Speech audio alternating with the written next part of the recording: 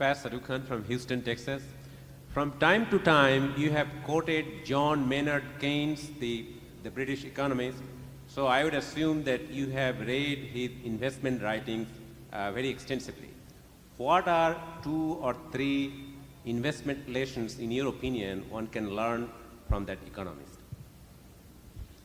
Well, I forget which. I think it's chapter 8 of the General Theory. You remember, Charlie, or is it chapter? No. There's one chapter in the General Theory that relates to markets and the psychology of markets and the behavior of market participants and so on.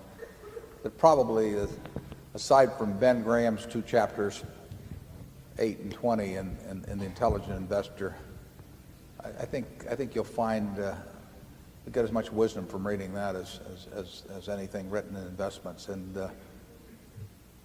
you'll know it when you see it in the General Theory. It's a chapter that jumps out to you about the securities and so on. And it could be chapter 8, but I may be wrong on that.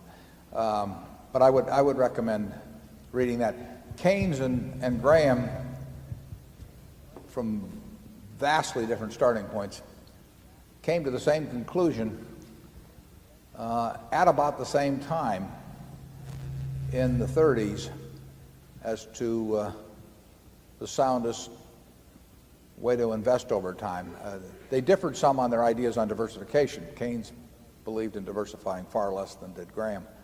But Keynes started off with the wrong theory, I would say, in the 20s, and he essentially tried to predict business cycles and markets, and then shifted to fundamental analysis of businesses in the 30s and did extremely well. And about the same time Graham was writing his first material, I think Janet Lowe in her book on Ben Graham actually has a little correspondence that took place between Keynes and Ben. So I would advise you to read that. And there's some letters of his of Keynes's that he wrote to co-trustees of life insurance societies and colleges and so on that I think you'd find interesting too.